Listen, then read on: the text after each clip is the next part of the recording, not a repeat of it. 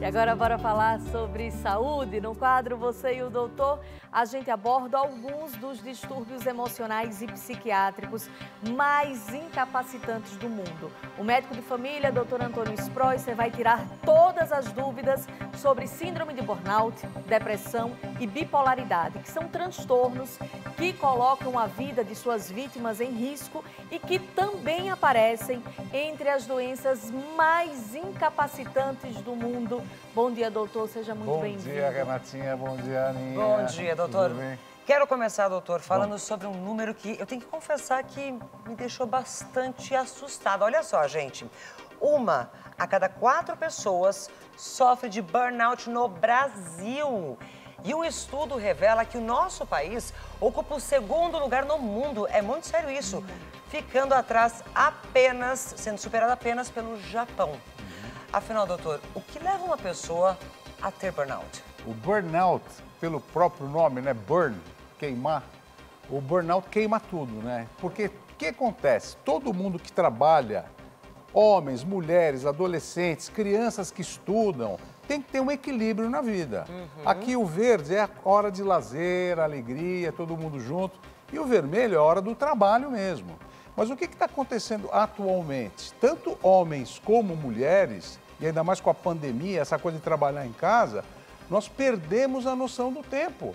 Então você acaba trabalhando muito mais horas, com maior tensão e principalmente as mulheres que trabalham sempre, quando chegam em casa, além disso, tem que cuidar da família, da casa, das crianças. Então eu vou dar um exemplo para vocês o que é o burnout, como ele funciona. Presta atenção.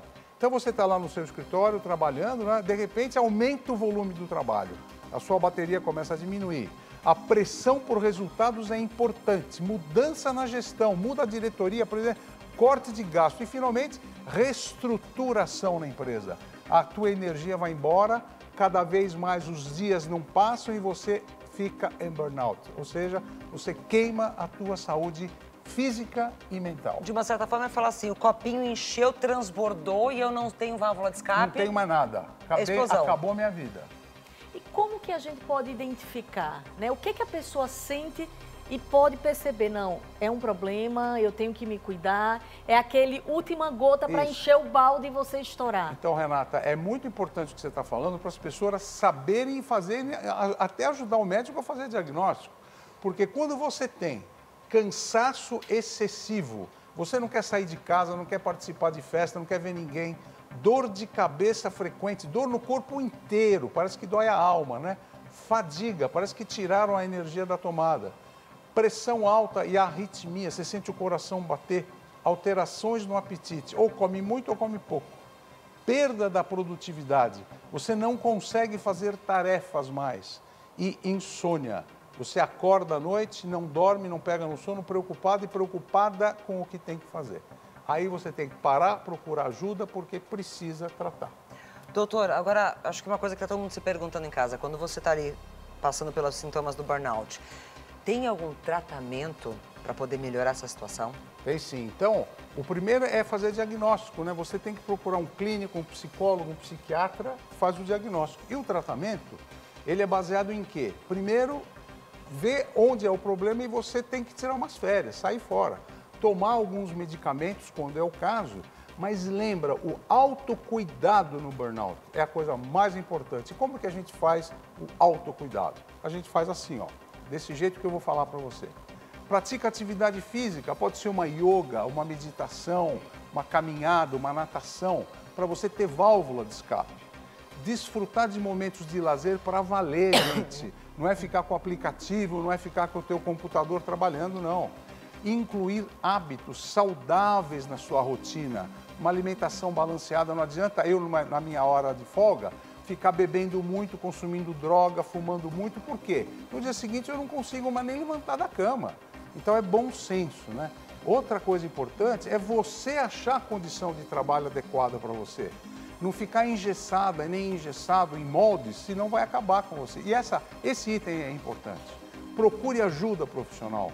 Procure um psicólogo, fazer uma terapia, um psiquiatra, ver se precisa de medicamento, porque a síndrome do burnout pode levar você a uma sequela grave internação hospitalar até a morte. Eu já cuidei e cuido de muitos casos de burnout e realmente é muito importante.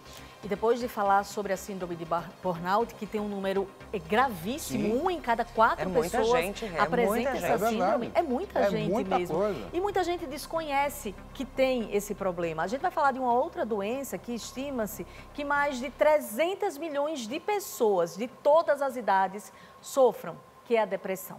E segundo a Organização Mundial da Saúde, o Brasil é o país com maior prevalência desse transtorno na América Latina, hein? Doutor, se o burnout ele não for tratado corretamente, pode ocasionar a depressão? O burnout, se não for tratado, ele leva à depressão. E a depressão por si só, como patologia, como doença psiquiátrica, a gente não pode esquecer que o Brasil é um país alegre, o país é um país do carnaval, você sai na rua, todo mundo sorri, né?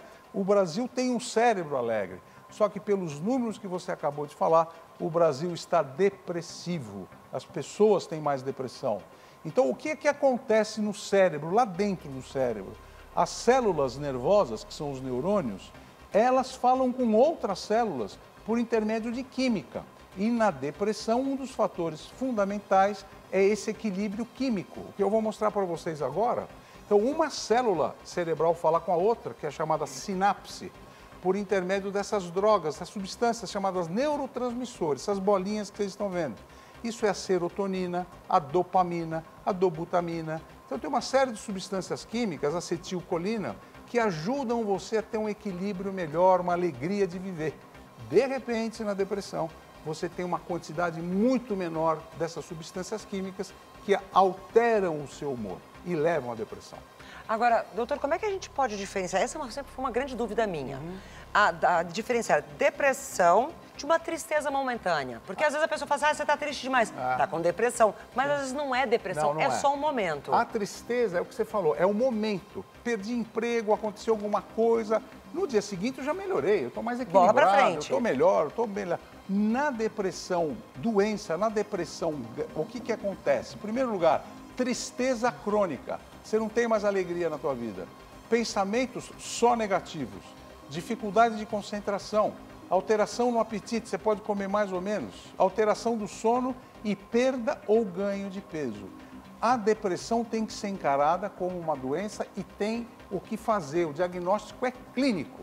Você vai num clínico, você vai num psiquiatra, vai num psicólogo, a gente faz o diagnóstico para então começar um tratamento. Muitas vezes a pessoa diz, isso é frescura, né? Isso não é depressão, isso exatamente. É frescura. E a gente ouve falar muito disso, mas tem que ter cuidado, que é uma doença, né, Lógico. doutor? É uma doença e tem que ser tratada. Agora, doutor, é possível reverter a depressão com um tratamento adequado e quais são os cuidados com a medicação que devem ser tomados? Então, o tratamento a gente sempre tem que fazer com uma psicoterapia.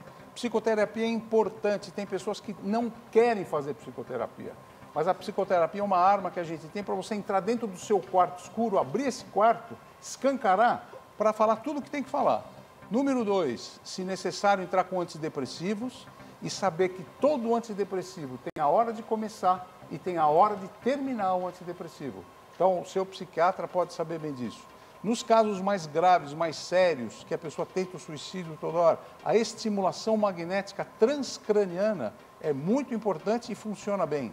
Mas lembre-se que a mudança do estilo de vida ajuda, é importante para você ter uma válvula de escape no seu dia a dia. E essa válvula de escape aí, eu acho que é um dos de todos. É a melhor analgesia, o melhor remédio, o melhor antidepressivo para todos. É verdade. Agora, doutor, aproveitando aqui o nosso tema, eu quero trazer um outro assunto aqui, que é o transtorno bipolar, que atinge cerca de 140 milhões de pessoas em todo o mundo. E a gente sabe que a bipolaridade é uma doença seríssima e muitas vezes difícil de ser diagnosticada. Verdade. Como é que ela acontece, doutor? Bom, o transtorno bipolar acontece quando a pessoa tem duas fases importantes. Tem a fase de mania. A fase de mania, ela está alegre, exultante, feliz, radiante. Nossa, é um carnaval todo dia. Mas logo em seguida vem a fase depressiva. Mas esse logo em seguida que eu falei, essa fase de mania, ela pode durar semanas até meses. Depois é que vem a fase depressiva. E é de repente. Que é muito séria também e demora semanas e meses. É diferente daquela pessoa que hoje está alegre e amanhã está feliz. Não é isso. O transtorno bipolar, essas duas fases têm um intervalo entre elas muito grande. E agora, o que acontece no nosso cérebro, doutor, quando você tem o transtorno bipolar? Normalmente o nosso cérebro, eu vou mostrar agora, tem duas fases, como eu falei. A fase de mania é essa que está cheia de luz. A pessoa está alegre, viva, pula. A depressiva, olha só o que acontece no cérebro. Apaga. Apaga, a pessoa fica quieta, tende a não sair de casa. Olha a fase já de mania. Muda, então, mas isso demora. A fase de mania, como eu falei, pode demorar semanas e meses, e a depressiva pode demorar semanas e meses também. Agora, o que acontece na fase de mania? Como que a gente caracteriza uma pessoa na fase de mania? Qual o sintoma dessa Quais primeira são os sintomas? fase, Vamos dar doutor? uma olhada. Isso é muito importante saber. Então, quem tem a fase maníaca tem muita impulsividade. Vai comprar carro, compra apartamento, faz dívida, troca de roupa, compra roupa toda hora, desinibição. Então, vai numa festa, dança com um homem, dança com mulher, pula, tem namorada, olha, é tanta inibição. É a fase de extremo. Disso, sensação de extremo bem-estar, tudo bom, não tem nada ruim. E para todo mundo para cima, acontece o quê? Você diminui a concentração. Você fala tão rápido às vezes, você está tão ligada na tomada, que acontece, o teu pensamento e a tua fala não acompanham um e outro. A pessoa que está do teu lado nem entende direito o que você está falando. E aí a família começa a perceber que tem alguma coisa estranha. Porque você nunca foi agitado, hiperativo e agora você está. Então, essa fase maníaca leva você sempre muito para cima. Com isso, você não consegue dormir, você tem pensamentos, ideias noturnas, você quer trabalhar a noite inteira. Já a fase depressiva é o contrário. E isso acontece depois de semanas e meses até. O humor deprimido, você não tem alegria para nada. Parece que tirou a tomada da... É como se fosse uma chavinha que desliga e desliga. Fadiga crônica. Então, aquela pessoa que era alegre, tudo, de repente fica desse jeito. Então, todo mundo fica olhando. Quem faz o diagnóstico, às vezes, é até a família. Baixa autoestima. Você se olha no espelho, está sempre feia, está sempre feio. Diferente daquela fase de mania, tudo bom. Perda de interesse. Muitas vezes você perde até o casamento. Você perde um relacionamento, perde um emprego. Você não quer mais, não se apega a mais nada. E isso altera diretamente o teu sono. Então, outro ponto muito importante que a gente tem que falar é a perda e ganho de apetite, que altera também seu dia a dia, e sem contar com aquele apego que você não tem mais em você. Isso faz você alterar seu peso, começa a trocar de roupa toda hora, porque ou emagrece muito ou ganha tanto peso. E precisa tomar muito cuidado porque você tenta o suicídio. E nós estamos no mês de setembro amarelo para você prestar atenção nesse sintoma tão grave que é o suicídio. Procure ajuda, porque a ajuda é fundamental. Agora, doutor, eu queria que você explicasse para a gente como é que é feito o diagnóstico do transtorno bipolar. O diagnóstico é importante isso. Sim, o diagnóstico é feito clinicamente. O psicólogo, psiquiatra, é difícil fazer, mas a gente consegue fazer com uma boa entrevista clínica. E não esquecer que temos exames mais modernos, como o PET scan cerebral, e esse PET scan tem imagens do seu cérebro. Esse exame é feito em centros de referência, né? Não é toda hora que a gente pede. E aí a gente vai ver o cérebro por dentro. Como eu falei tem a fase normal, a fase depressiva e a de mania. E em cada fase o cérebro tem aquela coloração. A depressiva mais escura, normal, e a fase de mania com... Nossa, a mudança é muito grande. Esse exame de PET scan, ele faz o diagnóstico. Agora, o importante que vocês estão em casa é saber que tem tratamento. E como a gente pode tratar, doutor? E esse tratamento, ele é feito com terapia, é uma terapia cognitivo-comportamental, psicoeducação e psicoterapia familiar, medicamentos como estabilizador do humor, anticonvulsivante, até antidepressivo. E sempre lembrar que a mudança do estilo de vida é muito importante. E lembre vocês aí, por que eu preciso fazer tratamento para quem tem transtorno bipolar? É para justamente tomar nota disso agora. Redução das chances de recorrência de crises, essa é a importância de você tratar. As suas crises ficam cada vez menores, pode ser que nunca mais tenha. Controle da evolução do transtorno. Você começa a ter mais qualidade de vida, você começa a dormir melhor, você começa a viver melhor. Redução das chances de suicídio, que a gente está falando isso é muito sério, leve a sério essa doença, não é brincadeira. E também você tem a redução de intensidade de eventuais episódios. Você diminui a frequência dos episódios. E uma coisa boa, gente, promoção de uma vida mais saudável, mais alegre, mais para frente, para você voltar a fazer as suas atividades normais com você e com toda a família. Até porque tudo isso que a gente aprendeu aqui não pega só a pessoa que está passando pela doença, mas toda a família. Então, é importante a gente prestar atenção.